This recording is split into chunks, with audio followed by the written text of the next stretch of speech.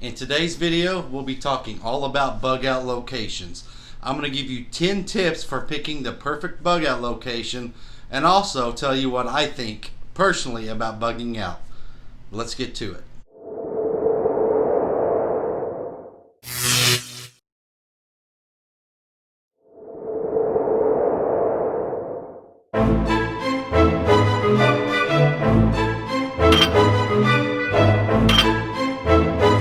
You want to do when picking out a bug out location is all about distance. First off, you want to be far enough away from the city to where when there's a mass exodus, you're far enough away where you're not going to have to worry about all those droves and droves of people coming out to you and finding you, within an hour or two of the city. Because if that's the case, you really could be put at jeopardy. But on the same token, you want to be close enough to where it's not taking you days to get there. I see a lot of people making this mistake where they've got some great land picked out and it's 2, 3, 4 states over. If it's one of those things where you haven't left the city yet, in fact, as Pastor Joe says all the time on his Patreon channel for Viking Preparedness, he says, "Come out of her, my people." And the first thing you need to do is get out of the city now. If you can get land out there, get that. I agree with him wholeheartedly on that point. But if you can't, you want to get far enough away for where those people who are finally exiting don't swarm you, but you want to be close enough to where it's not going to take you 3, 4 states. Because if you wait that long, there is so much that could happen between now and then. If you're waiting to the last minute and you haven't moved out, chances are you're going to run into a lot of resistance trying to get there. So if you're 2, 3, 4 states over or on the other side of the country, which I know a lot of people who have locations over there and they think they can just fly or go there, that's not a good idea. So be far enough to escape the mass exodus, be close enough to where you're not traveling for days and weeks. So a good rule of thumb is if you're leaving on foot, you want to be somewhere between 30 and 60 miles from where you're at now. So if you're going on a pretty good pace, most people can walk comfortably 30 minutes in a mile. Okay, so you go a mile, it's going to take you 30 minutes. And I think most of us, no matter what your health is, can probably do that. So just keep that in mind. If you're going to go 30 minutes a mile, then for every 10 miles is going to be 5 hours. So 60 miles, you can do the math on that. It's going to be 30 hours. 30 hours is a good walk. I mean, especially if you're just planning on doing, let's say, 5 miles a day, or let's just say you're doing 10 miles a day. So you're hiking about 5 hours. Well, 10 miles, that's going to take you 6 days to get to your bug out location. You don't want to do any further than that. So close enough to at least be able to walk 60 miles. That's going to give you about a week to get there, and you can do that pretty much comfortably. If you're driving from there, a good rule of thumb is to be able to make it in at least 1 tank of gas. You're not going to know if you're going to be able to pull over and get gas. You never know what could happen. What if your car breaks down? What if it's taken over? So if you can't get there on 1 tank of gas, if you're driving, that's probably too far. The second tip is make sure it is well secluded. You want to be off the main roads. You want it on a secluded road.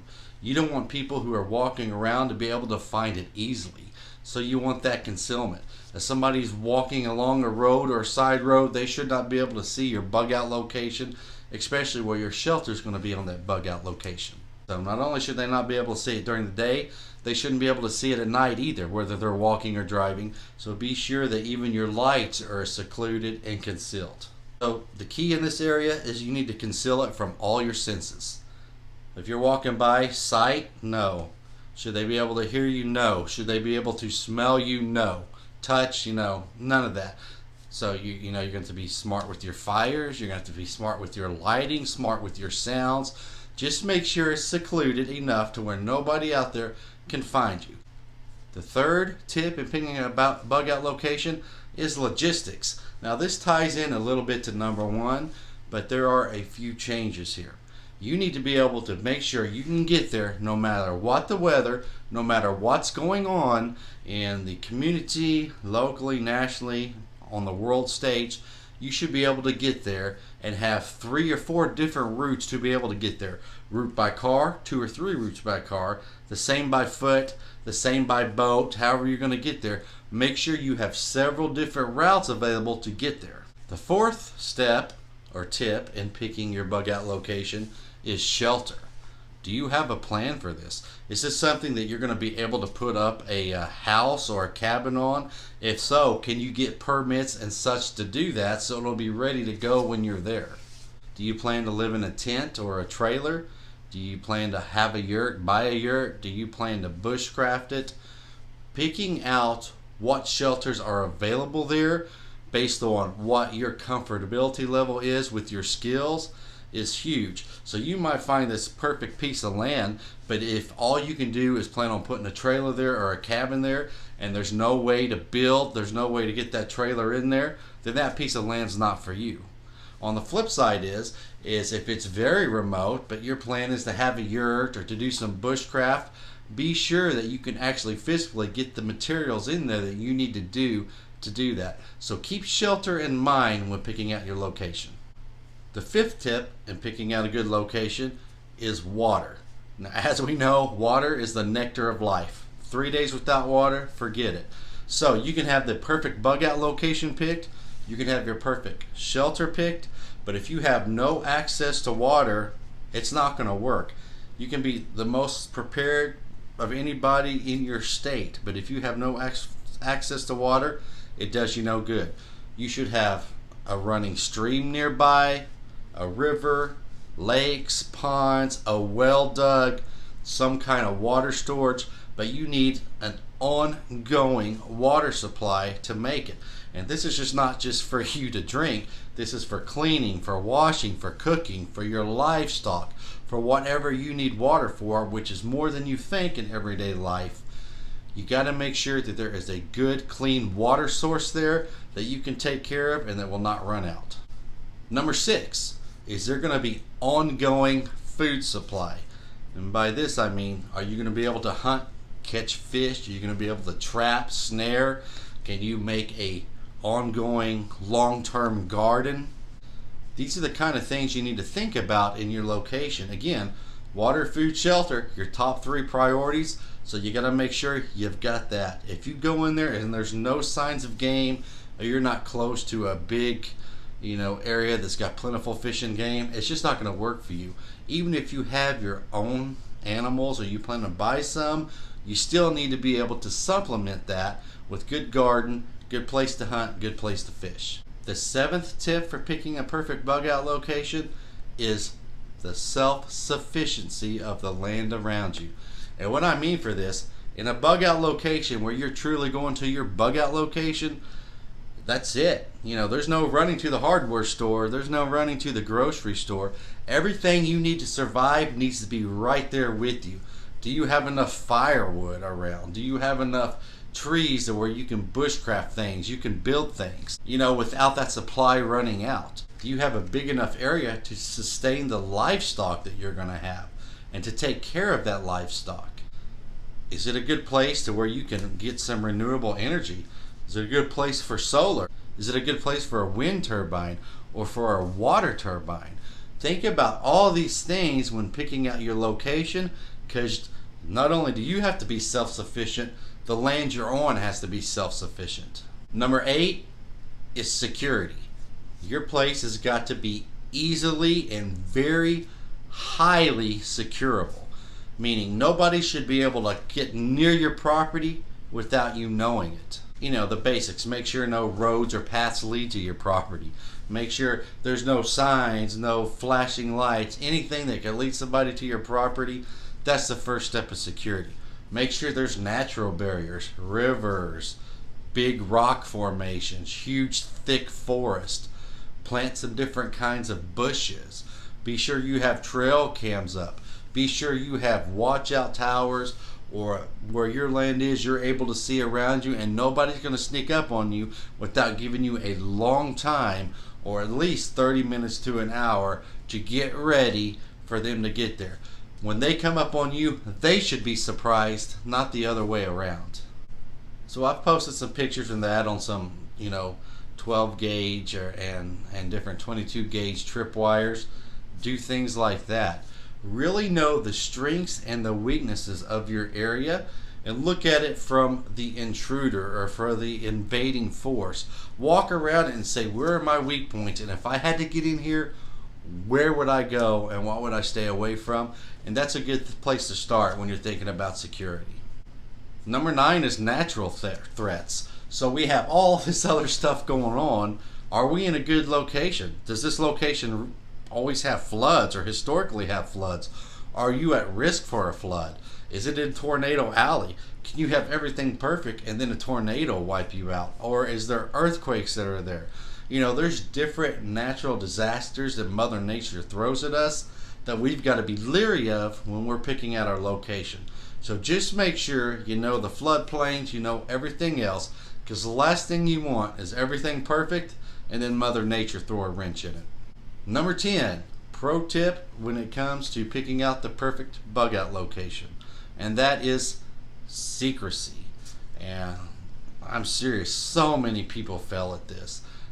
They're so quick to announce, I have got this property, it's beautiful, or they tell their person they're dating, their significant other who they're not married, don't know if they will be married. They tell friends, they tell neighbors. This is a big mistake, because the people who you're closest to, if they're not invited there and things do get really bad, their kids are starving, what's the first thing they're going to do? They're going to remember, oh, Rick from Ozarks Prepared said he had this perfect bug out location over here, so I'm going to go and I'm going to show up there. He'll take care of me.